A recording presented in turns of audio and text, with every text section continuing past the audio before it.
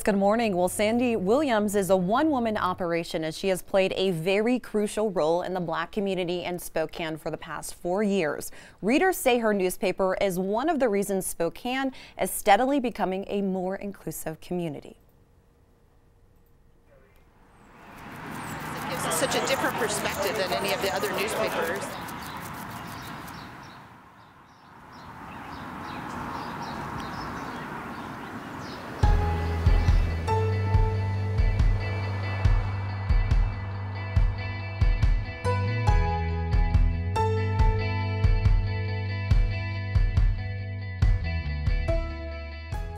Through the lens of a Black woman living in Spokane, Sandy Williams runs a newspaper out of the basement in her home. She is her own news staff, even teaching herself to lay out and design a newspaper. Taught as in I've made it so that I can figure out how to put it together. Williams refers to this part of the newspaper process as her time underground, getting ready for the next issue of the Black Lens. I place the columns and the ads first. The last thing that I do is the stuff that I have to write myself. At first, the paper was more of a part-time hobby. That quickly changed. I took a leap in the middle of 2015 and I quit my job. A leap that a very small minority would come to appreciate. I started out, my idea was that I was going to do just happy stories about people in Spokane because a lot of the news that focuses on the African American community is negative. That lasted about 5 minutes because I ended up needing to cover stories that weren't getting covered in other places.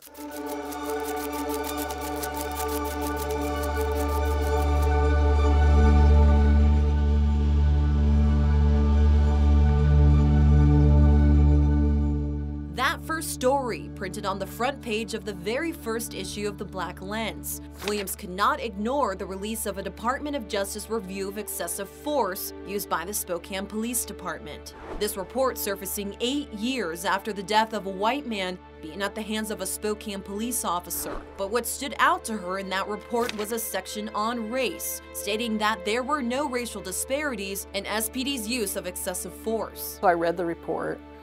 That wasn't exactly accurate because the population, African American population is 2%, racial disparities were 10%, so it's disparate. And I thought, well, if I don't say that, then it won't get out there.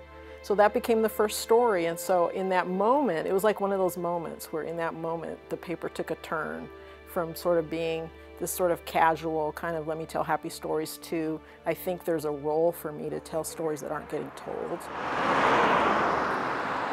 Are you here for the Black Lens? Yeah, I'm excited for it. Yay! Thank you for coming. I did not imagine that I would be doing this after 1 year.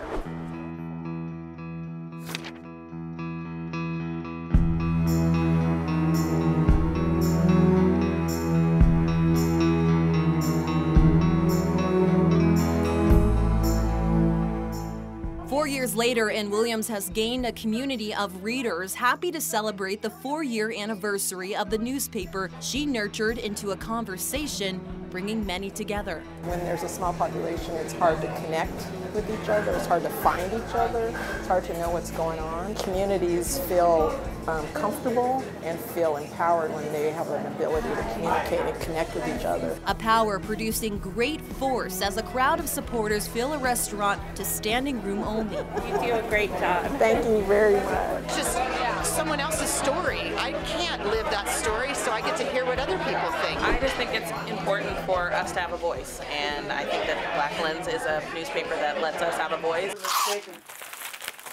The anniversary party is over, but there is still work to be done for the February issue of the Black Lens. Yeah, these are slipperier.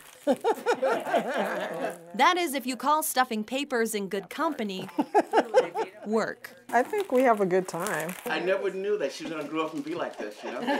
Curtis made the mistake of telling me that he was retired and he didn't have anything to do, so. So he and Pam do this with Williams and her mom every single month. Do you get paid? Right. With kindness. Give her lots of hugs. When I first started stuffing the paper, it was me and my mom, but there were probably, about 20 of them, I think. Now she has help. I take full advantage of the fact that Curtis and Pam are free and make themselves available to come over here and help out.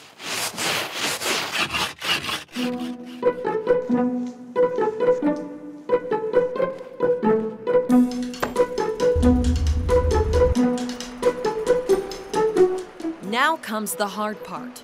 Each month, Williams sets out to deliver her papers, her voice, to the community. When I printed the first issue, I sat in the car. I had all the papers on my back seat, and I sat in the car, and I was like, okay, what do I do now? So I called my daughter, and I was sitting in the car on the phone with my daughter. I said, I have all these newspapers on my back seat. What do I do now? And she said, hand them out. It felt like a huge responsibility, and I felt a bit presumptuous to assume that I could be a voice for a community. Hey, that's Sandy from Black Land. How you doing, sweetie? I'm good. How you doing? I'm great. Oh, good to see you.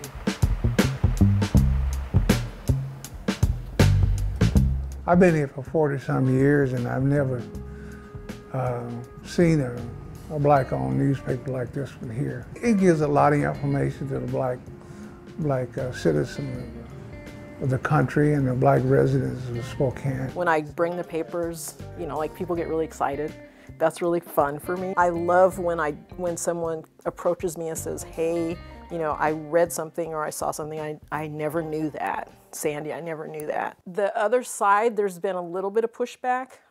There have been voices that have said it's exclusionary, divisive, because I focus on the black community, that somehow that's read by some people as trying to be separatist. Don't really understand that, but that's a voice that's out there. It doesn't come up very often, but it does come up. It's not an easy task, producing this paper each month. How do I do it? You know, I don't know. Every month I'm ready to quit. But then she remembers all of the people who have become involved as readers and contributors. To be an African-American based newspaper in a community that has 2% African-American people, I'm sort of a dreamer that way. Communities feel comfortable and feel empowered when they have an ability to communicate and connect with each other. That's part of the role that I'm playing, is giving folks an opportunity to, in a safe way, to learn, to experience, and just see an alternate perspective that they probably wouldn't know about or see if the paper didn't exist.